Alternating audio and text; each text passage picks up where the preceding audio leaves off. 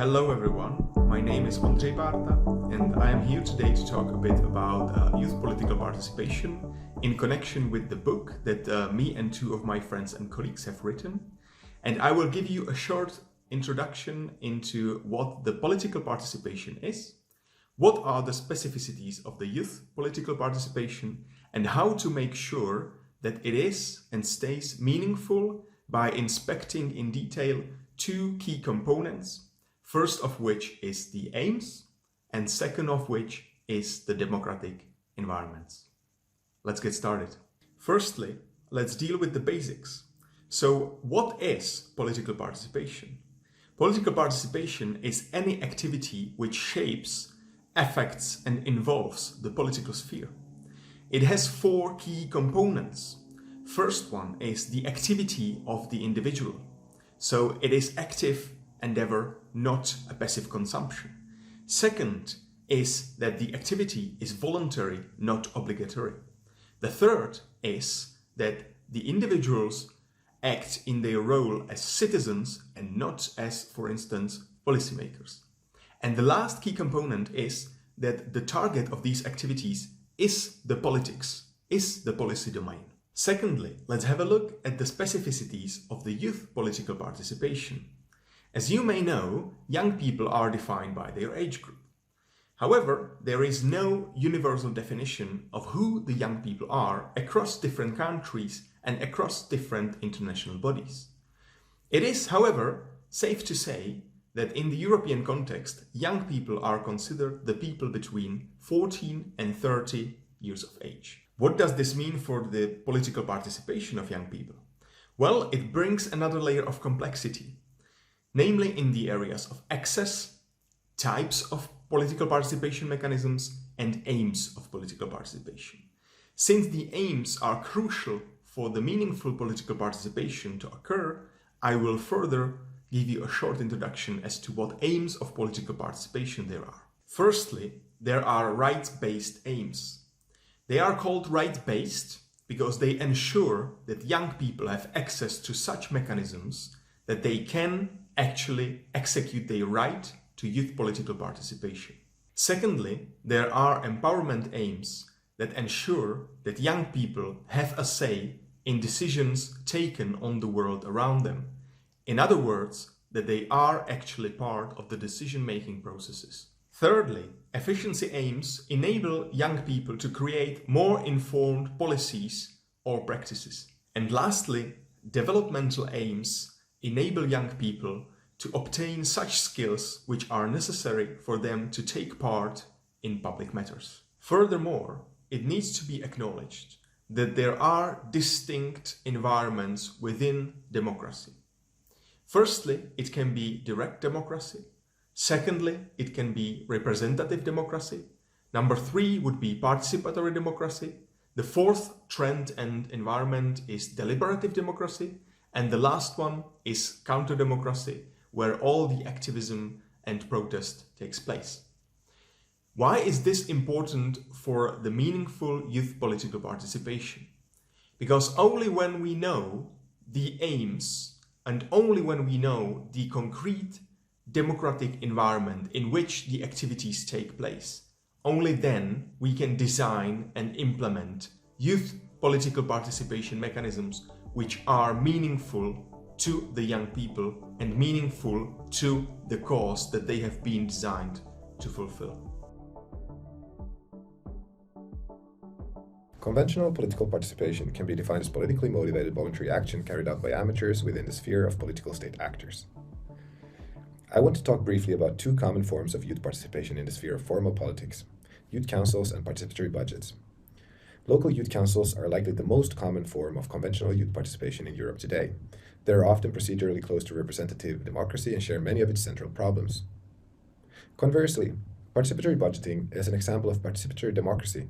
In short, this method invites anyone to take part in deciding how a share of the public finances are used through a process of deliberation rather than through a simple vote.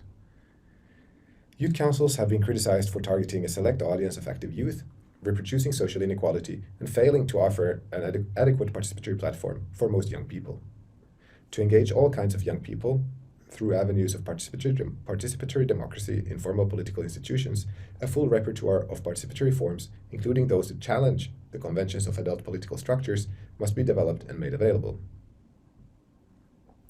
Offering engaging opportunities for participation using different methods, whether they be representative or participatory, is a good way to build social cohesion and decrease polarization.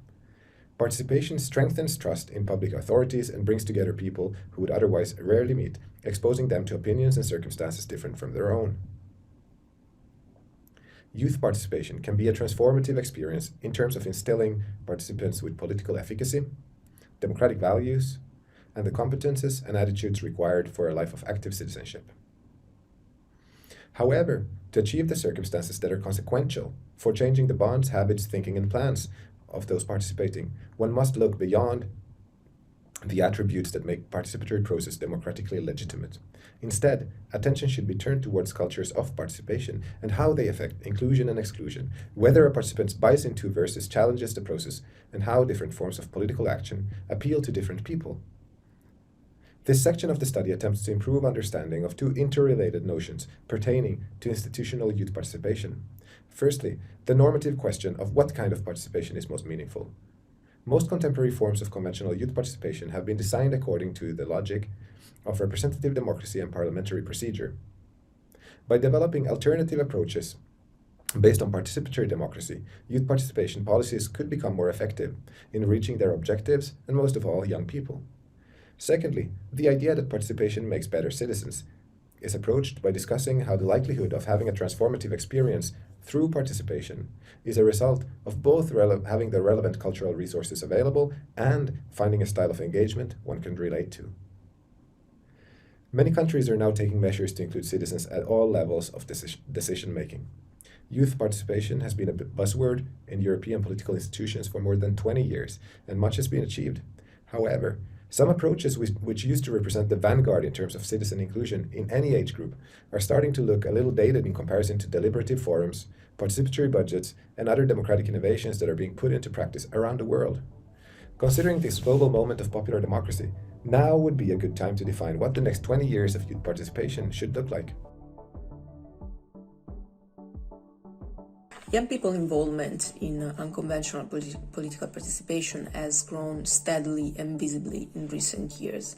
Even under the challenging circumstances of the COVID-19 pandemic, some experts actually labeled the year 2019-2020 as the year of protest. We have seen mass mobilization of young people involved in this type of political participation, touching upon many different issues spanning from racial justice, climate justice, gender equality, and students' rights. In fact, a preferred form of political engagement for young people is through social movements. Most contemporary social movements have a vital youth component, even when they are not necessarily youth-led. Some examples, again, are Occupy, Indignados movements against austerity measures, climate justice movements such as Fridays for Future, Extinction Rebellion, or racial justice movements such as Black Lives Matter. What is interesting and important to know is that in this type of political participation, young people take up the role of directors and creators. And in fact, researchers have come up with specific words to actually describe this process, which is do-it-yourself politics, precisely to stress the role of young people as entrepreneurs of political participation. Do-it-yourself politics include a remarkable range of non-electoral, non-institutional forms of participations, and we can find it, yes, in social movements at the collective level, through cultural actions, flash mobs, political camps, or even at the individual level through lifestyle politics, political consumerism, or social media activism. Another important aspect that actually we stress in our study is that we need to consider the effects of overlapping sources of inequalities with respect to political participation in general, including unconventional types. Examples of overlapping inequalities include, for instance, gender and age. The concept of intersectionality helps us to illustrate this in our study.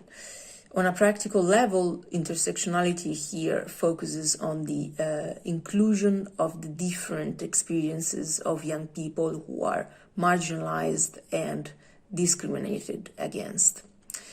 And actually, we know that young people who have mobilized across different social movements have actually come to understand how different issues that can be a source of different inequalities are linked to one another.